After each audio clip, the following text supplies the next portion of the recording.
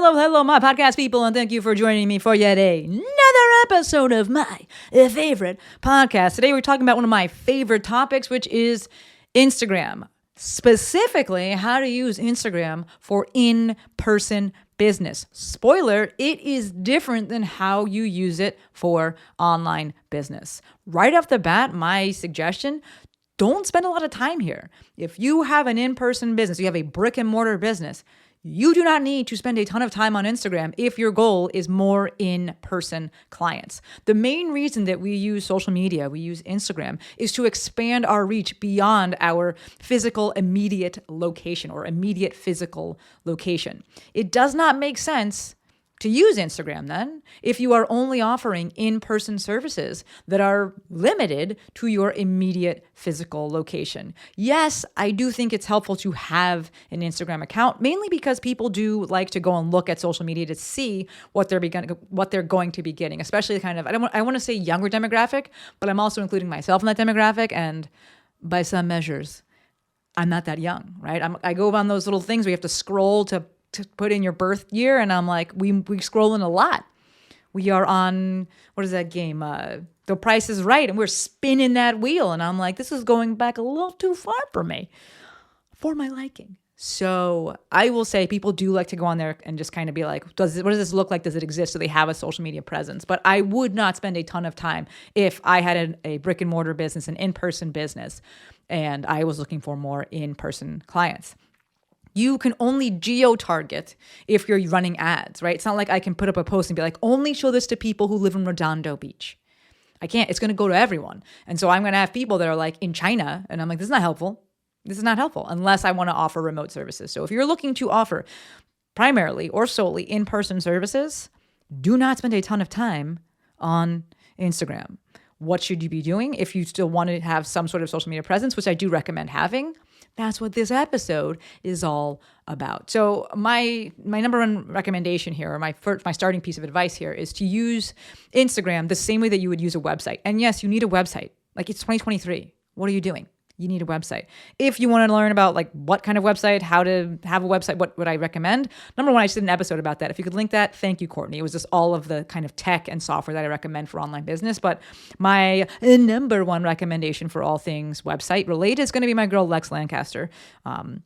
She promotes, and will help you build a Squarespace website, but learning all the things about the website, go to her. She has a podcast as well. You can go learn all of the things. It's 2023. I got something in my eye, folks. I got something in my eye.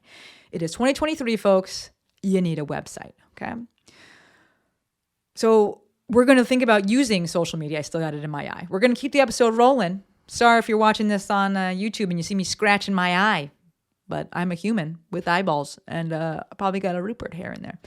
But we are going to look to use Instagram the same way that we would use a website. Okay, just about the information that we offer, things like that. So specifically, we'll say use Instagram to provide information about who you are, the problem that you solve, who you solve it for, and how you solve it. One more time, just like we would do on a website, you're going to use Instagram to provide information about who you or the business is, the problem that you solve, who you solve it for, and how you solve it. Going to caution you against being sucked in by the TikTok allure of food places, where we see these food places just go viral. They blow up. Someone goes, an influencer goes, and like, it's the best pizza they ever had. And then now suddenly the place has like a line, down the block for the next 17 years. Guess what, folks? You don't run a pizza place. There's a good chance if you're listening to this, you run some sort of healthcare kind of facility, your PT, your chiro, something like that. That ain't the same. People are not going to ever be lining up down the block to go to your fucking PT clinic. Sorry, I'm going to say it. PT is a grudge purchase. So don't think, oh, well, I see people doing stuff on TikTok and then they go viral and then they get all the clients. It's not the same. It's not the same. Also, I'm going to strongly encourage you to not fall victim to the game of exceptions. Right, where it's like, well, I know this one person who did it and like it really helped them. Okay, cool. But the 99% of everybody else, it doesn't happen for them and it's a waste of your time. So I am saying this as someone who loves Instagram, who coaches people on how to use Instagram. And I'm telling you not to do it. So for what it's worth, perhaps you will, lean into that. Okay. So again, we're using Instagram. We're thinking about 30,000 foot view, using Instagram the same way we would use a website. We're going to use it to provide information about who you are, the problem you solve, who you solve it for, and how you solve it. As it relates to the specifics and how to actually use it, we're going to go through each of the parts, and I'm probably going to speak quickly because I love this stuff. Maybe you can use your little, your not Instagram player. Wow, your podcast player. You put me at like 0.75 speed today, right? Maybe I'm speaking a little fast. But Instagram specifically, starting off the bio. In the bio, state the name of the business, state the problem that you solve and who you solve it for. And of course, where you are located. Keep it simple. The whole goal is to just provide that information and not trip people up. You don't have to get all like esoteric and flowery and cute and creative and clever. Keep it simple. Okay. For the picture, let it be your logo or your whole team. If it's you, it's just you, I would love to see your face and know who you are. If it's a team, it's a full business, then maybe you go with just the logo or a picture of the team, depends on what looks best. But if it's just you, go ahead and put your face in there. If you are 1,000,000% sure that you want to grow outside of yourself, then go ahead and lean more towards the logo. If you're unsure, if you have a bug being planted in your ear that you'll have to grow this thing massive and you got to sell it one day, don't do that. Right? Let it be you. Let it be a person. Let people fall in love with you. Grow the business, and then you can branch out and sell the methodology. It is easier to do that than to have no customers because they don't know who you are and they want a person. They want to know who's on the other side of that thing. So if it's just you and you're unsure if you want to grow it or you don't want to grow it outside of you, then let the picture be of you. If you can have your logo in there as well, awesome. But I want to see who I'm doing business with. If then down the road you decide that you want to grow, you're bringing people on, you can go through the quote unquote heavy lifting of really leaning on the methodology and selling the group, selling the entire team as opposed to just you. You can make that switch. You will be able to do it. I promise. Okay. I'd rather you have the success and then be like, okay, I'm too rich. Now what do I do? Okay. In the name field, put your personal name if it is just you. If it's, a group of people, if you have a team, then put the business name, especially if the business name is different than the Instagram handle. Ideally, they're the same, but sometimes you have to use I'm going to say shorthand because I can't think of the name right now, but you have to kind of change what the Instagram handle is. So if that's the case, then definitely write out the full name of the business in the actual Instagram handle. Of note, Yes, in the Instagram name field, excuse me. Name fields of note are searchable. So if you want to put, like pelvic floor specialists in there as well, absolutely you can do that because people can actually search that. Highlights, right? This is the next part of the next part of the bio section here. The highlights on Instagram. I would use them personally like I would use a navigation bar on a website. So I would have a highlight that's meet the team, a highlight that's tour the facility, a highlight that is conditions we treat, a highlight that is success stories, right? At least as a start. You can have additional ones, but think about what's in the navigation bar of your website. Have those same things on your as your Instagram highlights. Okay.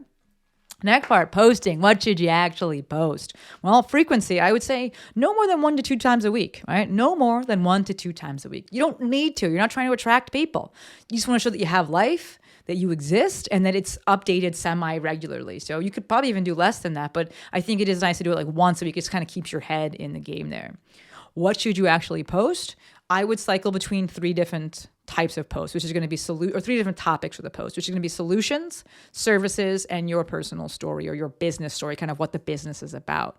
All right. Solutions, meaning you're actually going to teach something, show something, demonstrate something, give people, if they were to try something, a win in the post, or at least they could see like, oh, this person solves my problems. Maybe you're talking about, some chiropractic intervention or some physical therapy intervention. So they can see it and be like, oh, cool, I did learn something. I'm not going to try it myself, but like if I went there, they could solve my problem. Right? Within that services category would also be you can actually say the services that you offer there, but you can also do testimonials in there. Right? So people can see, oh, this is what happens if I go there. And then lastly, like I said, story would be just your personal story or the story of the business, meaning what do you stand for? What are you about? Right? So you definitely want to make sure that you're showing your clients in these posts. I get it in the beginning. It's largely just going to be you because that's the only person you have, and it can be weird to ask people. But as you get more clients, people do want to help you out. And so you'll figure out the way to actually get this footage, which is oftentimes just setting up a camera and let it run. And then at some point you'll have to edit it and just take clips from it. But asking that person hey, can I just film our session so that I can use this online. People do want to help you, right? They do. Show people what it's like to get treated there. I am thinking about a client I have right now who has a really successful massage therapy business, and she shows her sessions and she does use it for in-person. She's one of those people that's an exception to the rule. I do not think that the majority of people should be using the Instagram that way, but she's also a bit B2B as well. She's branched into that. So that's where some of that online success is from as well. But in general, I would not be spending a ton of time as a in-person business using social media.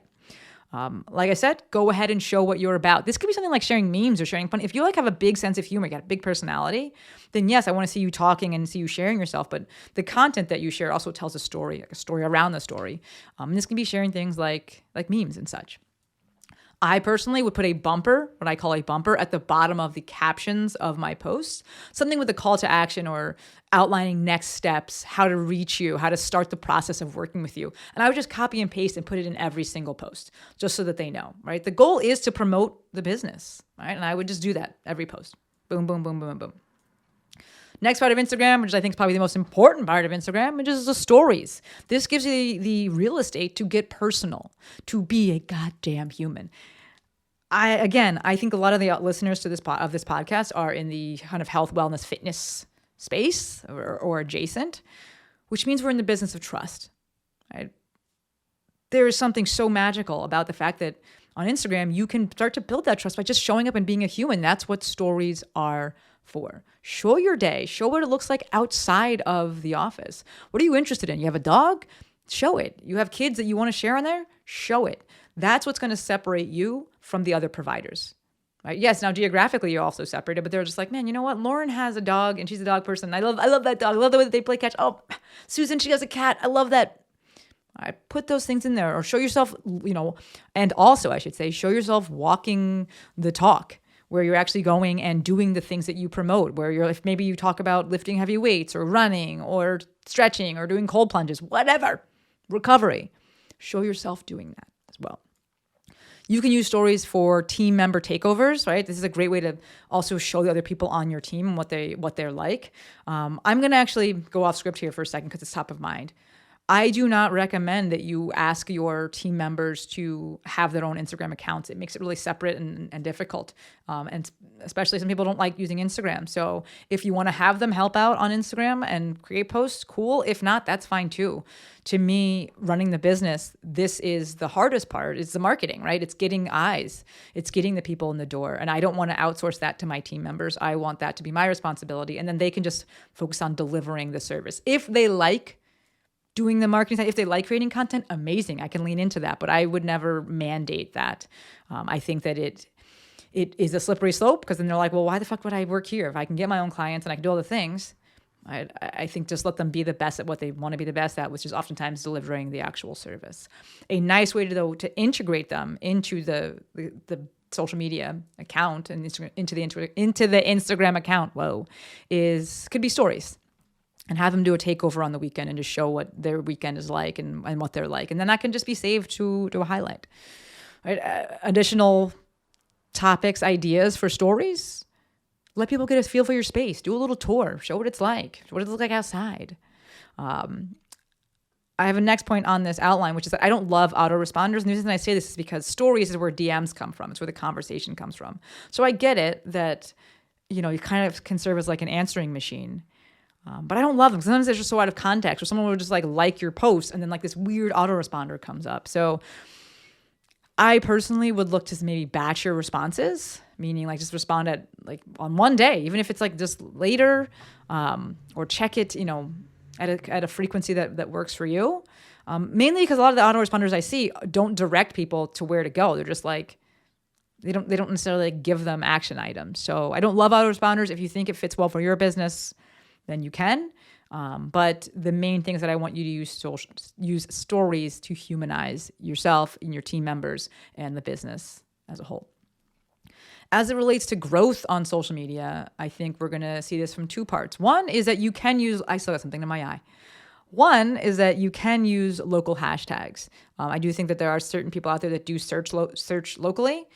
So whether it's like the town name in physical therapy, the town name in general, see what other local businesses are doing.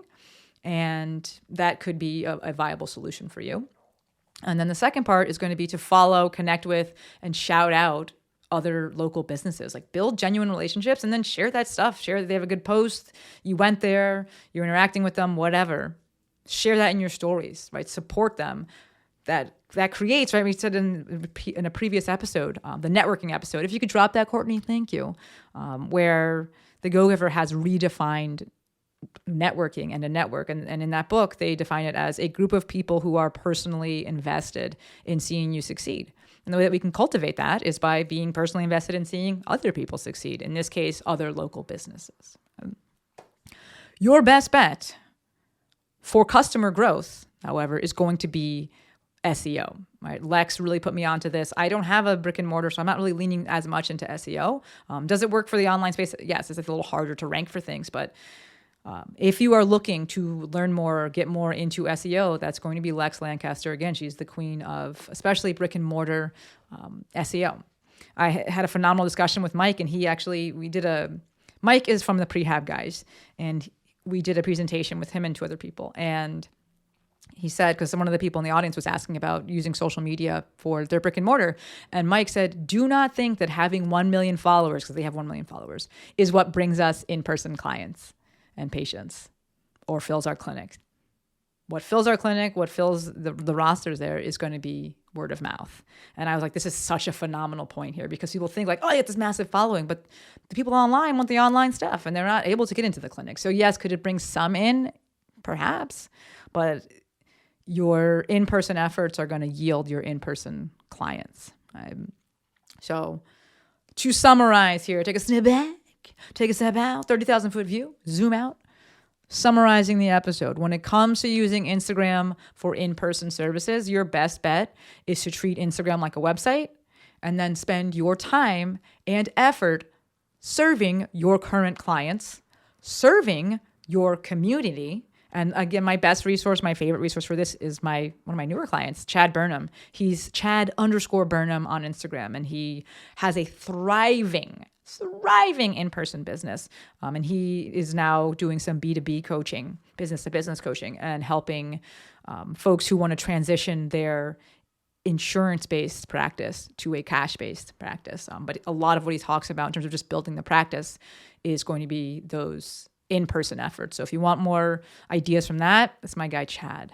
But when it comes to using Instagram when it comes to using Instagram for in-person services, remember, treat it like a website and then save your time and then use that time and that effort to serve your current clients, because they will go and tell other people.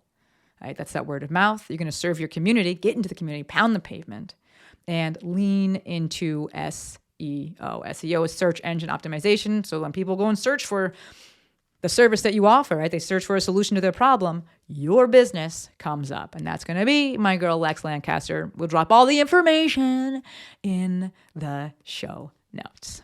In-person efforts yield in-person clients. Online efforts yield online clients. Remember that distinction. If you got questions, comments, concerns, additions, subtractions, hit me up. I love talking about this stuff, but hopefully this answers those initial questions that you may have about using Instagram for in-person business. All right. That's all I got for you. As always, endlessly appreciative for every single one of you. Until next time, friends, Maestro